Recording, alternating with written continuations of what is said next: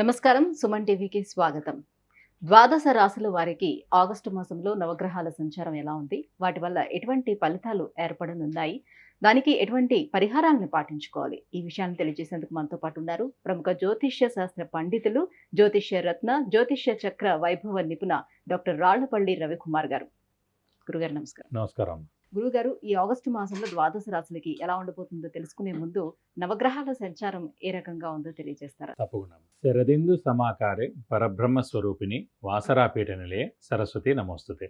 అందరికీ నమస్కారం. ద్వాదశ రాశుల్లో అంటే ఈ నెల ఆగస్టు నెల ద్వాదశ రాశుల్లో నవగ్రహాలు ఎక్కడున్నాయో ఇప్పుడు తెలుసుకుందాం. ముందుగా సూర్యుడు వచ్చేసి మనకి స్వస్థానమైన సింహరాశిలో ఉంటారు. అలాగే బుధుడు కూడా సింహరాశిలో ఉన్నారు. అలాగే శుక్రుడు కూడా ఈ నెల అంతా కూడా మనకి సింహరాశిలో ఉంటారు. అలాగే కుజుడు వచ్చి మనకి వృషభ రాశిలో ఉంటారు. గురువు వచ్చేసి మనకి వృషభ రాశిలో ఉంటారు. అలాగే శని స్వస్థానమైన కుంభరాశిలో ఉంటారు. అలాగే రాహు వచ్చి మనకి మీన రాశిలో ఉంటారు. ఇక కేతు వచ్చేసి మనకి కన్యా రాశిలో ఉంటారు.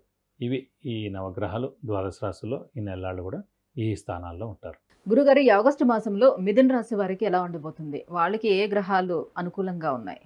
తప్పకుండా. మిథున రాశి అనగానే మనకి మృగశిర 3-4 పాదాలు, ఆరుద్ర 1, 2, 3, 4 పాదాలు, పునరుసు 1, 2, 3 పాదాలు, ఈ నక్షత్రాల సమూహం మనకి మిథున రాశిలోకి వస్తుంది. ఈ రాశి వారికి పర్వాలేదని అనిపిస్తుంది. ఎందుకంటే ముఖ్యంగా శని పర్వాలేదు, అలాగే రాహుకేతులు కూడా పర్వాలేదు. గురుబలం మటుకు తక్కువగా ఉంది. ఎందుకంటే గురువు ఏ స్థానంలో ఉన్నారు కాబట్టి. సాధారణంగా మనకి గురుబలం ఎప్పుడైతే తక్కువ ఉంటుందో ఏ పని చేసినా కూడా అన్నీ ఆలస్యంగా జరుగుతూ ఉంటాయండి. ముఖ్యంగా అంటే గురువు అంటే మన జాతకంలో కూడా లగ్నం నుంచి లెక్కెట్టినప్పుడు ఏ గ్రహమైనా సరే 6, 8, 12 స్థానాల్లో ఉంటే కనుక దాన్ని దుస్థానాలు అంటారు. సో ఆ బలం కోల్పోయినట్టు. 6వ స్థానం ఏంటి? Debts, miseries, enemies. సో అప్పులు, అనారోగ్యం, శత్రువులు. సో మంచి గ్రహం అక్కడ 6వ స్థానంలో ఉండిపోయింది అనుకోండి, సో శత్రువులు ఎక్కువ ఉంటారు, అప్పులు ఎక్కువగా ఉంటాయి, అనారోగ్యం ఎక్కువగా ఉంటుంది. ఇంకో గ్రహం అష్టమంలో ఉందనుకోండి, అష్టమ స్థానం ఆయుష్ స్థానం, మరణం, యాక్సిడెంట్ స్థానం. సో ఇంకో గ్రహం కూడా పోయినట్టు. అలాగే వ్యయస్థానం అంటే 12వ స్థానం. 12వ స్థానం అంటే కనుక ఖర్చు స్థానం, నిద్రస్థానం. సో ఖర్చు పెట్టినా కూడా మన డబ్బులన్నీ అయిపోతుంటాయి. అంటే ప్రాఫిట్ లాస్ చూసుకున్నప్పుడు ఇప్పుడు వీళ్ళకి వ్యయ స్థానంలో ఉన్నారు. వ్యయ స్థానం అనమాట. సో అలా అందుకే ఏ గ్రహమైనా సరే మన జాతకంలో కూడా లగ్నం నుంచి 6, 8, 12 స్థానాల్లో ఉంటే విపరీత నష్టం ఉన్నట్టు. గోచారీత్యా కూడా మన రాశి నుంచి 6, 8, 12 స్థానాల్లో గ్రహాలు ఉంటాయి కనుక అవి నష్టంగా చూపిస్తాయి అన్నమాట. సో ఇప్పుడు మనకి వ్యయంలో ఉంది కాబట్టి గురువు దేనికి కారకుడు? ముఖ్యంగా ధనానికి కారకుడు, దైవబలానికి కారకుడు, దైవానుగ్రహానికి కారకుడు, అలాగే శుభ ఫలితాలన్నీ ఇచ్చేదానికి కారకుడు. సంతానం అవనివ్వండి, అలాగే వివాహం అవనివ్వండి, మంచి ఉన్నత ఉద్యోగం అవనివ్వండి, ఉన్నత చదువు అవనివ్వండి, అలాగే గృహ వాహనాలు అవనివ్వండి, ఏవైనా సరే అన్నీ కూడా శుభాలు ఇచ్చే గ్రహమైన గురువు వ్యయ స్థానంలో ఖర్చు స్థానంలో ఉండిపోయాడు. సో గురుబలం చాలా తక్కువగా ఉంది. అంటే ఎంత మీ మానవ ప్రయత్నం చేస్తున్నా కూడా ఈ ఏడాది ఏమీ ఉండదు, మిశ్రమంగా ఉంటుంది అన్నమాట. కాబట్టి మనం మౌనంగా ఉండడం ఉత్తమం ప్రస్తుతం. సో ఎందులో అయితే మనం సక్సెస్ అవుతాం అంటే జ్యోతిషం ఒక్కదానికైనా మెయిన్గా ఉపయోగపడేది అంటే శ్రమ, కాలం, ధనం వ్యర్థం కాకుండా ఉండడానికి. శ్రమ అంటే ఎంతో కష్టపడిన దానికి ఉపయోగం లేకపోతే వేస్ట్ ఎలాగో, అలాగే కాలం ఎంతో కష్టపడతాం, కాలం వేస్ట్ అయిపోతుంది. అలాగే ధనం ఎంతో మనం ఏదైతే సక్సెస్ కామో అందులో మీరు పెట్టుబడి పెట్టి అదంతా టైం వేస్ట్ అయిపోయింది అనుకోండి, కాలం కూడా పోయినట్టు. సో శ్రమ, కాలం, ధనం వ్యర్థం కాకుండా ఉండడానికి జ్యోతిష్యం సహకరిస్తుంది. ఏ వేలో వెళ్తే సక్సెస్ అవుతారు, ఏ వేలో వెళ్తే ఎంత టైంలో సక్సెస్ అవుతారు, అలా ఎందులో పెట్టుబడి పెడితే మీరు సక్సెస్ అవుతారు, ఇవన్నీ కూడా మనకి చూపిస్తున్నాడు. కాబట్టి వ్యయ స్థానంలో గురువు ఉన్నారు కాబట్టి ప్రస్తుతం మీరు బాగా సక్సెస్ అయ్యే వృత్తిలో కానీ ప్రవృత్తిలో కానీ అందులో మీరు కష్టపడండి. అంతేగాని అక్కర్లేని వాటిల్లో కష్టపడడం, స్పెక్యులేషన్స్ జోలికి వెళ్ళడం, మధ్యవర్తిత్వం వహించడం, అనుకోకుండా వ్యాపారంలో ఒకటేసారి పెట్టుబడి ఎక్కువగా పెట్టేయడం, ఎక్స్పాన్షన్కి వెళ్ళిపోవడం, ఇవన్నీ చేస్తే ఖచ్చితంగా నష్టం చేకూరేందుకు అవకాశాలు చాలా ఎక్కువగా ఉన్నాయన్నమాట.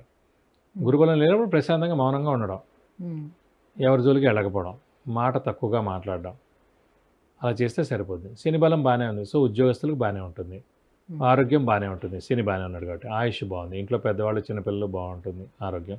గృహిణులకి మానసిక ఒత్తిడి తగ్గుతుంది, గృహిణులకి చాలా బాగుంటుంది, చిన్నపిల్లలు కూడా చాలా బాగుంటుందని చెప్పుకోవాలి.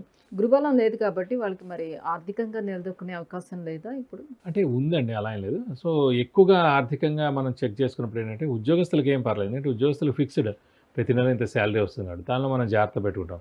వ్యాపారస్తులు శని కూడా బాగుంది కాబట్టి ఉద్యోగస్తుల దాకా పర్వాలేదు, కానీ వ్యాపారస్తులు అలా కాదు. ఎందుకంటే సడన్గా క్రెడిట్ ఇవ్వాల్సి వస్తుంది, అప్పు తేవాల్సి వస్తుంది, అలాగే అనుకోకుండా ఎక్స్పాన్షన్కి వెళ్ళాల్సి వస్తుంది, కొంచెం పెట్టుబడి పెట్టాల్సి వస్తుంది, అలాగే కొంతమంది స్పెక్యులేషన్స్లో పెడుతూ ఉంటారు, షేర్స్లో మార్కెట్లో పెడుతూ ఉంటారు. కరెక్ట్గా మనం పెట్టంగానే బాగానే ఉంటుంది అది, ఇక మనం పెట్టిన తర్వాత నుంచి అది రేట్ రాదన్నమాట. సో అందుకే కొంచెం జాగ్రత్తగా ఉండాలి. ఈ ఏడాదంతా కూడా కొంచెం మనం ఇలాంటి విషయాల్లో జాగ్రత్తగా ఉంటే కనుక మంచిది. గురుగారు మరి వివాహ ప్రయత్నాలు చేసుకునే వాళ్ళకి ఎలా ఉంటుంది? వివాహ ప్రయత్నం చేసినా కూడా అంత శ్రేయస్కరంగా ఏం లేదండి, మిశ్రమంగానే ఉంది. ఎందుకంటే గురుబలం లేకుండా అసలు వివాహం అది. కనీసం తల్లిదండ్రులకైనా గురుబలం ఉండాలి. ఎందుకంటే వాళ్ళు కన్యాదానం చేస్తారు కాబట్టి అమ్మాయికైతే కనుక వారికైనా గురుబలం ఉందనుకోండి కాస్త పర్వాలేదు. మిథున రాశి వారు ప్రస్తుతం అయితే గురుబలం లేదు. వాళ్ళ తల్లిదండ్రులకి ఎవరికైనా సరే 2, 5, 7, 9, 11 2, 5, 7, 9, 11 స్థానంలో గురువు ఉంటే కనుక వారి కన్యాదానం చేసే యోగ్యత ఉంది కాబట్టి వారి బలం రీత్యా ఈ అమ్మాయికి అవుతుంది. లేదు ఎప్పుడైనా ఒకటే అండి, ఎంత జ్యోతిష్యం ఉన్నా కూడా మనం మనస్ఫూర్తిగా రెడీగా ఉండాలి. వివాహం విషయంలో, అయితే సంతాన విషయంలో, ఒక గృహ విషయంలో, వాహన విషయంలో, ఉన్నత చదువు విషయంలో, ఏదైనా సరే మనం 100% పరిపూర్ణంగా కష్టపడితే ఖచ్చితంగా అవుతుంది. అందుకని మనది ఏం కష్టం లేకుండా అయిపోవడం అనేది అంత ఈజీ కాదు. సో కాబట్టి మానవ ప్రయత్నం మటుకు ఖచ్చితంగా ఉంటే కనుక కుదరచ్చు. నెక్స్ట్ ఏడాది జరిగేందుకు అవకాశాలు ఉన్నాయి. రాహుకేతుల సంచారం మిథున రాశి వారికి ఎలా ఉంది? ఎటువంటి ఫలితాలను ఇస్తున్నాయి? రాహుకేతులు మటుకు చతుర్థ స్థానం, దశమ స్థానంలో బాగున్నారు కాబట్టి ఉద్యోగస్తులకు ఏం ప్రాబ్లం ఉండదు. ఉద్యోగ విషయంలో బాగానే ఉంటుంది. ఎందుకంటే దశమ స్థానంలో రాహు ఉన్నాడు కాబట్టి అంటే కొత్త ఉద్యోగ ప్రయత్నాలు ఏమైనా చేస్తున్నా కూడా చేసుకోవచ్చు. సఫలీకృతం అవుతాయి. చేసుకోవచ్చు, ఖచ్చితంగా వచ్చేందుకు అవకాశాలు ఉన్నాయి. దానికి గురుబలంతో సంబంధం లేదు, దానికి శని బలం ఉంటే చాలు. సో శని మెయిన్గా వృత్తికారకుడు, ప్రొఫెషన్ కారకుడు కాబట్టి శని చాలా బాగున్నాడు కాబట్టి ప్రస్తుతం మిథున రాశికి అధిపతి బుధుడు, శని మిత్రులే కాబట్టి భాగ్యస్థానంలో ఉన్నా కూడా తప్పకుండా మేలే చేస్తాడు. కాబట్టి ఉద్యోగ అవకాశాలు మటు ఖచ్చితంగా బాగానే ఉన్నాయని చెప్పుకోవచ్చు. గురుగారు మరింత మంచి ఫలితాలు ఏర్పడేందుకు మరి ఎలాంటి పరిహారాలను వీళ్ళు పాటించుకుంటే గురుబలం కూడా తోడవుతుంది వీళ్ళకి? ఇప్పుడు సేమ్ వృషభ రాశికి చెప్పినట్టే మనం ఈ మిథున రాశికి కూడా గురుబలం తక్కువగా ఉంది కాబట్టి ఖచ్చితంగా వీరు ప్రతిరోజు దత్తాత్రేయ స్వామిని ఎక్కువగా ఆరాధించాలి. ప్రతిరోజు దత్తాత్రేయ స్వామి అష్టోత్తరం చదువుకోవాలి. ప్రతి గురువారం దత్తాత్రేయ స్వామి టెంపుల్కి వెళ్ళి 41 ప్రదక్షిణాలు చేయాలి. ఆయనకు సంబంధించిన అర్చన కానీ అభిషేకం కానీ ఏమైనా ఉంటే కూడా ప్రతి గురువారం అంటే కనీసం ఒక 2-3 గురువారాలు చేయిస్తే మంచిది. అలాగే ఇంకా బలం తక్కువగా ఉందంటే మటు ఖచ్చితంగా ఒక గురువారం రోజున గురువుకి 16,000 సార్లు జపం చేయించి శనగపప్పు కేజీంపో, ఒక ఎల్లో లుంగి, 1000 రూపాయల వర్త్ గోల్డ్ ఐటెం దానం ఇస్తే కనుక దోషం మొత్తం తొలగిపోతుంది. అలాగే ప్రతిరోజు ఈ దత్తాత్రేయ స్వామి అష్టోత్తరం చదువుకోవడానికి చాలా మంచిదండి.